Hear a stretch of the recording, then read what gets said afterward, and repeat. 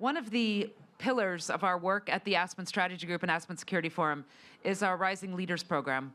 We started it 4 years ago. We're in the process of recruiting our 5th class. So if you have anybody fantastic in your network, please check out our website. The applications close this Sunday night at 11:59 p.m. And one of the key things that our Rising Leaders do is they write a paper. And today we publish the book, On the Rise. So I'd encourage you to go to our website and check it out. And I'm absolutely delighted to have 5 of the authors here on stage today for a little while, so they can tell you about the senator was just talking about looking at solutions. These guys have some great ideas to some rather vexing global issues. So rather than me introduce them, I'm going to have them introduce themselves, because some of them are here in their private capacity, so they might whisper what they do to you, but they're not doing that as whatever they're working on. I'll start down the end with Grant. Grant, just give us a brief introduction of yourself, please, and then we'll get to your paper after. Grant Kuprak, defense strategist. I'm a transitioning Army officer. Great. Alberto? Good afternoon, everyone. Alberto. I currently work at the Department of Commerce, all views of my own in my own personal capacity. The lawyers are happy now.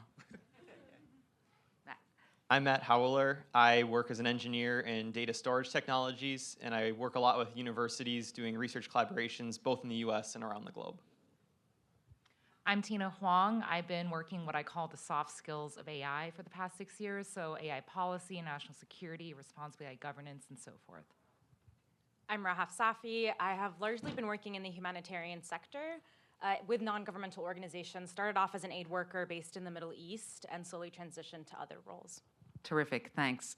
And actually, what I'd really like to do is have the rest of the Rising Leaders in our audience. Would you please stand and we'll give them a round of applause. This class and previous classes. Thank you so much. This is America's foreign policy and national security future, and I couldn't be more delighted. All right, Grant, I'm going to kick it over to you. Your paper, with a hat tip to other famous Washingtonian, present at the recreation, does missile technology control regime still serve America's most important interests? Well, I think you can answer your paper's question for us. Why don't you give us the answer? Yes, first we had a tremendous group, so thanks to ASG for all of the help in curating speakers and reviewers. We had an awesome group that kind of looked at this, Allison, Allegra, and Corey, ICVC, industry, defense, space, so it was a fun project. That being said, all views are our own. They don't reflect our institutions. And then also the paper is not going to be published just yet. It's through 3 of 4 government reviews. So hopefully at some point soon it's published. Everyone is well aware of the export controls right now on chips. We are seeking to restrict what China has. There's something similar for missile technology and also for drone technology. And this goes back to the 1980s. The difference, though, between the MTCR, the Missile Technology Control Regime from the 1980s, and the export controls right now that Alberto and others are doing great for America, is the fact that the default for the MTCR is no, regardless of who it's going to. It's not just Beijing, it's everyone. No, no, no. Long-range missiles to Australia? No. Long-range missiles to Japan? No. Sharing technology with Poland? No. It's a significant issue for us, and we kind of articulate why. And this isn't some sort of generational, like us punching up to the previous generation. You can really see in the declassified NSC documents where the NSC was grappling with the non-proliferation concerns of the time of the 80s and 90s and how they were adapting U.S. policy for that. But at the end of the day, we kind of arrive at 3 issues with the MTCR right now for American interests. First is that it goes against the technology trends. Missile and drone technology is becoming increasingly ubiquitous, and this default no is an issue for us and will continue to be so. The toothpaste is out of the bottle. The second thing is that it significantly exacerbates the operational dilemmas the Department of Defense faces throughout the world. It makes our allies weaker, and then it also increases the level of the sophistication, the expensiveness of forces we have to deploy, and it also increases the chances of catastrophic risk for our country. So that doesn't make sense either. It also contributes to a brittle defense industrial base.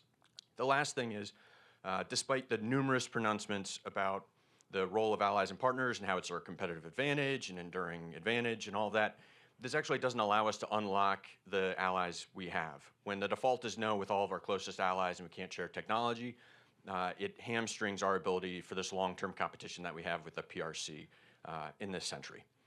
We provide some policy recommendations with that, which I won't get into because of the pending review of the paper. But I really think this is kind of a generational reconsideration of something that had made sense in the late Cold War, came of age in the 1990s at the height of American power. But ultimately, what we kind of look at in the paper is, does this still serve our interests? If we're doing something like this, it ought to serve our interests. We ought not to be doing it just because we're used to doing it. So thank you. Thanks, Grant, and thanks for mentioning your co-authors. Alberto, over to you next. Maybe mention your co-authors and tell us about your paper, too. Thanks. Thanks, Steve. Seconding everything that Grant said, like huge thank you to the Aspen Security Forum and the Aspen Institute for everything. On our paper, Matt, who's here to my right, was one of the co-authors, and there was another person that I can't name right now.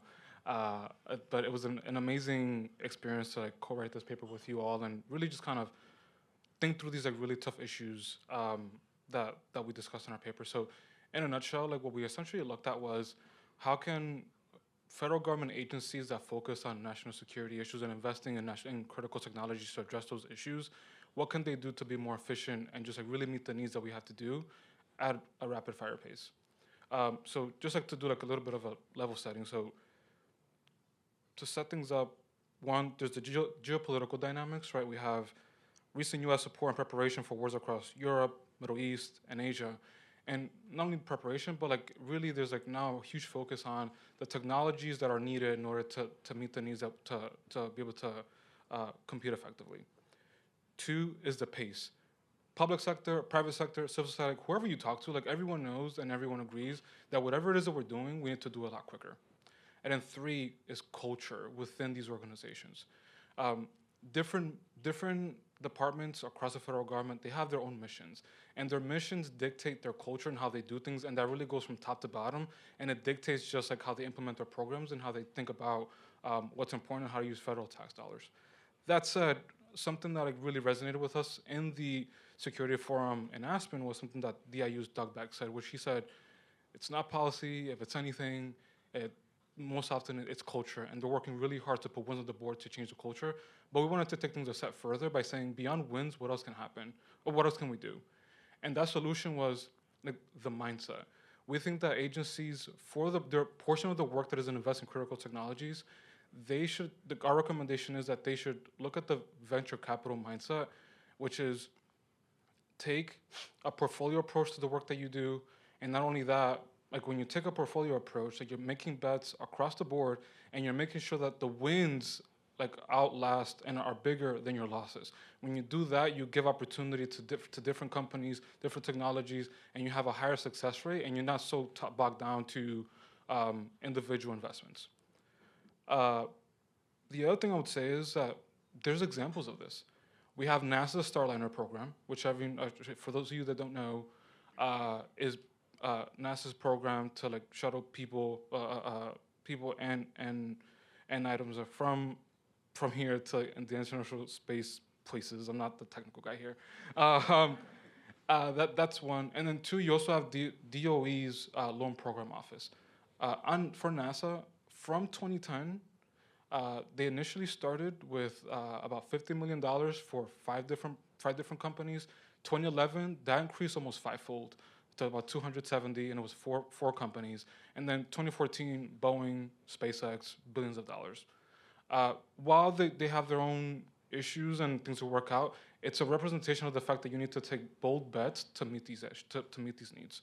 I'm almost wrapping up. On DOE, their loan program office is about $33 billion disbursed funds.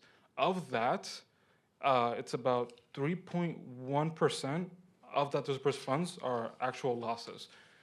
They've received about almost $5 billion in interest payments, and about $14 billion have been principal repayments. That's huge. That's a win. Like that's important. Like we should be celebrating that, and we should be adapting these two approaches to other parts of the government that invest in these critical technologies. Neve, there's something that we talked about when we were preparing for this panel was efficiency. Like I think that's like something that like really is And I coming to think we need people's to mind. be a little efficient with words. Yeah. So I'll stop. 6 minutes So left. I'll stop there, and then we could get to it later on. Yeah. That's great. And please, during the coffee break, feel free to approach the authors. Matt, over to you. You've got 2 efficient minutes to get through and tell us about your great paper. Thank you, and thank you to everyone who helped with this. Cedric was a co-author on this paper with me. Africa has a wealth of young, bright minds and business opportunities, but unfortunately we've seen our adversaries, China and Russia, make great inroads on the continent.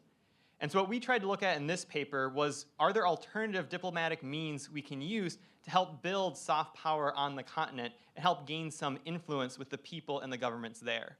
We specifically looked at two aspects, agriculture and tech. Agriculture is very important. Food security is a very large challenge in Africa. And the US is a world leader in agriculture. This provides a unique opportunity to collaborate both in the distribution of food and in the research and technology. On the technology side, the US has a world-leading space in both the universities and in business.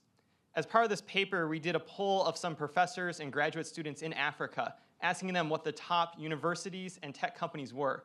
And predominantly, they picked companies and universities in the West, and mostly in the United States. People in Africa want to study at our universities. They look up to our technology companies. This is a soft power that we can leverage to help build connections across the continent.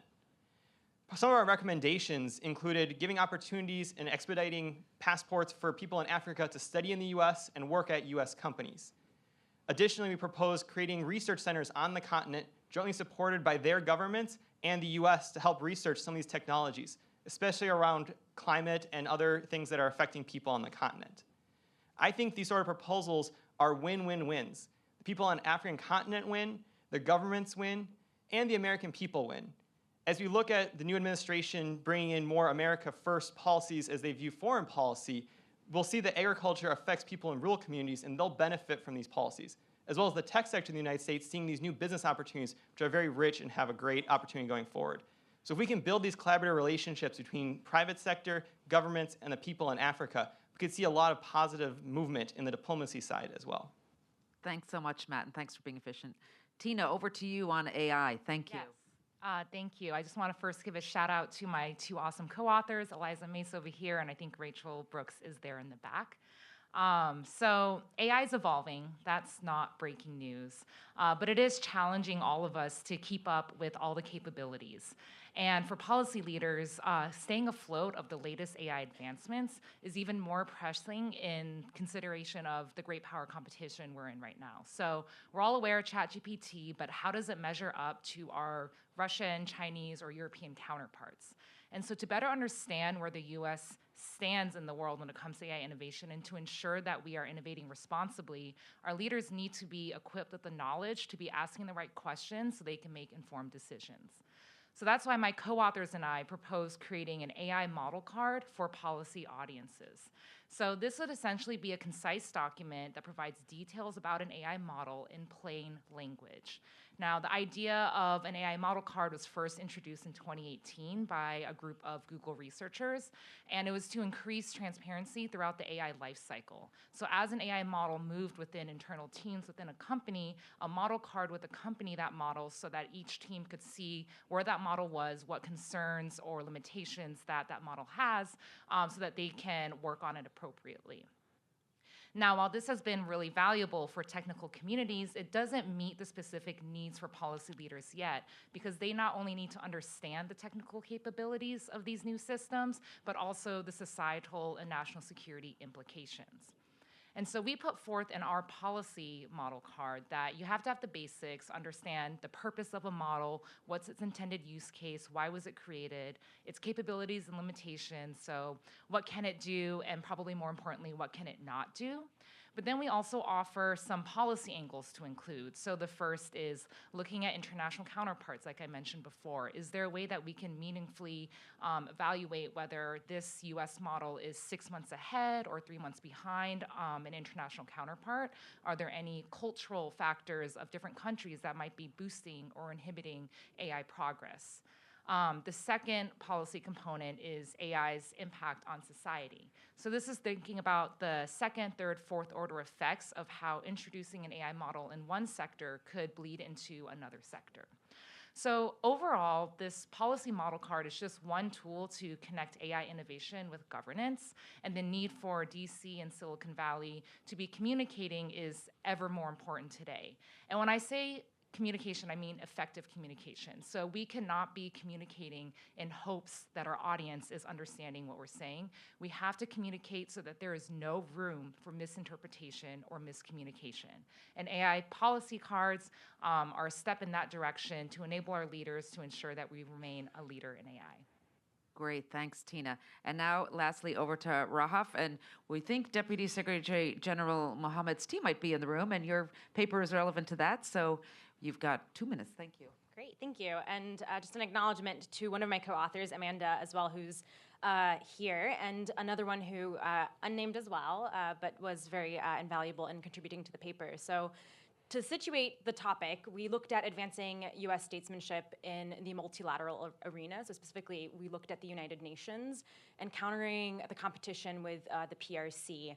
And in that space, to just take a step back, it's been 80 years since the Bretton Woods Conference first came together, where part of the multilateral arena was first discussed in that, in terms of the International Monetary Fund and in what later became the World Bank. The idea drew together at that point. And around that same time, the UN Charter was also signed. So these are huge steps, huge milestones that the US was a part of, led in very strategic ways. The leadership was very critical to what became the multilateral arena in the post-World War II era. And we thought this was a very important topic to look at as we continue to see some of the changes that are happening. So in terms of what's going on right now, we're seeing the PRC take and leverage what was formed in this era and where the US led a lot on some of these issues and leverage these institutions to push forward its own development and security objectives and agenda. And in this space, the US has changed and evolved its own leadership. And what we wanted to understand was some of those issues. So for example, one of the things that the PRC has been doing is relying on what is known as minilateralism, or a concept in which they're building these discrete coalitions with different actors or different developing nations, and they're winning and currying favor and driving influence in those areas to be able to push forward their own objectives. It is an approach that the US has used as well, but what we want to also make sure that we described in our paper as well is that the multilateral space remains critical and important in driving the objectives and in driving the work that had been done. And we put forward some recommendations, and in those recommendations, we're looking at how we can invest in human capital from individuals in the US to be able to join the spaces, the UN spaces. We're also looking at how we can continue using our own current development and diplomacy tools. And one quick note even about our co-authors, the three of us, I mean, we work across, and maybe I should have caveated this first by saying I'm speaking in my personal capacity right now. And as well as my co-authors as well, but we represent the different sides of development, defense, and diplomacy. So working across this arena, the US has been very strong historically in bringing these three together. So how do we continue to leverage that and continue to work with developing nations who are seeing this area of competition? They're being pulled in different directions in ways that help strengthen their own systems, and yet we maintain a space where we can drive forward those solutions and not lose that strategic edge that we've had. Great, thank you so much. Thank you to all of you. And if you're ever feeling pessimistic about the world, go check out this program of ours, and I guarantee you'll feel better. Let's give a big round of applause and get ready for our next speaker.